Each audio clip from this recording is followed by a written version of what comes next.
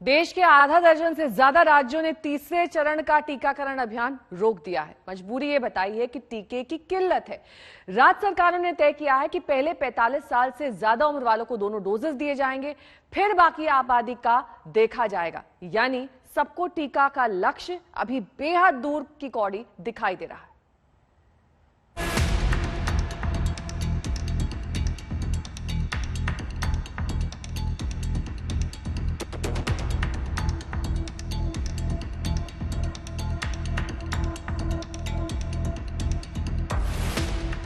दिल्ली मुंबई हो या भोपाल जयपुर,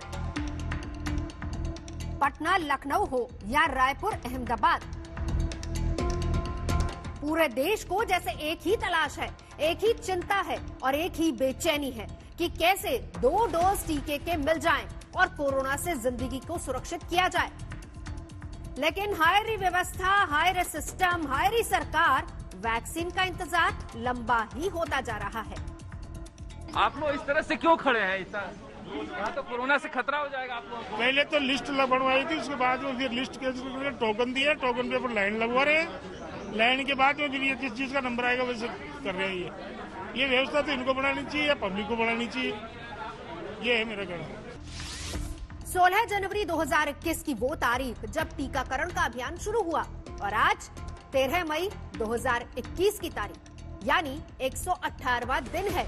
देश की आबादी करीब 130 करोड़ है, लेकिन करीब 13 करोड़ 76 लाख को सिंगल डोज और करीब 3 करोड़ 75 लाख को ही दोनों डोज लग पाए हैं। और 118 दिन यानी करीब 4 महीने बाद भी शहर शहर टीके को लेकर हाय तौबा और हंगामा है। मध्य प्रदेश में भी देश के बाकी हिस्सों की तरह ही वैक्सीनेशन को लेकर लोगों में तो उत्साह देखने को मिल रहा है, लेकिन समस्या ये है कि वैक्सीनेशन केंद्रों पर वैक्सीन सीमित संख्या में मौजूद है और इसीलिए लोगों को कई बार निराश होकर के जाना पड़ रहा है। दूसरी समस्या ये है कि वैक्सीनेशन केंद्रों पर जब लोग पहुंच रहे हैं तो वहां पर कोई खास ऐसी व्यवस्थाएं नहीं है जिससे वो कोरोना से खुद को बचा सके। एक तरीके से देखा जाए तो सोशल डिस्टेंसिंग की धज्जियां पूरी तरीके से वैक्सीनेशन केंद्रों पर उड़ रही हैं।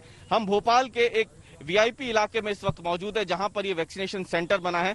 सुबह से ही लोग यहां पर वैक्सीन लगवाने तो पहुंच गए, लेकिन समस्या ये है कि उन्हें फिलहाल वैक्सीनेशन सेंटर के बाहर इसी तरीके से रोड पे खड़ा रखा गया है और क्योंकि यहाँ पे कोई इंतजामात यहाँ पे है नहीं ऐसे कि उन्हें सोशल डिस्टेंसिंग का पालन करना पड़े या फिर कोई सर्कल यहाँ बनाए गए हो या कोई पुलिस की ऐसी व्यवस्था हो जहाँ पे इन्हें समझाया जाए।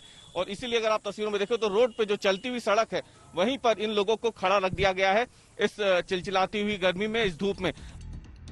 जानकार चिल्ला चिल्ला कर कह रहे हैं कोरोना से तबाह होने से बचना है तो सबको जल्द से जल्द टीका लगना चाहिए, लेकिन टीका विकसित करने में आगे रहने वाला हिंदुस्तान इस रेस में कहीं पीछे या कहें कि बहुत पीछे हाफता दिख रहा है। अब तो आलम यह है कि महाराष्ट्र, कर्नाटक, दिल्ली, असम, आंध्र प्रदेश, छत्तीसगढ़, तेलंगाना जैसे 7 राज्यों ने तीसरे चरण यानी 18 से 44 साल तक की उम्र वालों का टीकाकरण रोक दिया है।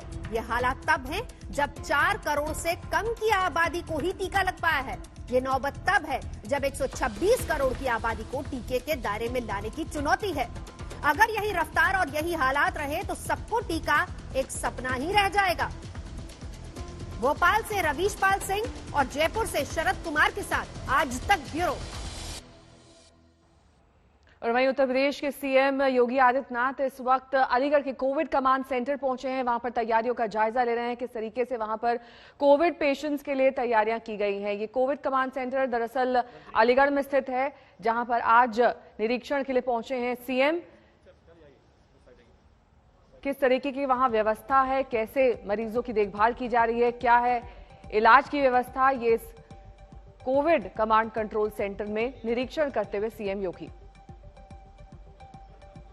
इसके बाद वो अलीगढ़ मुस्लिम यूनिवर्सिटी जाएंगे, जहां पर 18 प्रोफेसर्स की कोरोना के कारण जान चली गई है। इससे पहले भी सीएम योगी को चिट्ठी लिखकर इस बात की सूचना दी गई थी कि इस तरीके से जो जान जा रही है वहां पर लगातार लोगों की कि क्या अलीगढ़ में कोरोना का कोई नया स्ट्रेन, कोई नया म्यूटेंट है जिसकी वजह से इतनी ज्यादा मौतें हो रही हैं।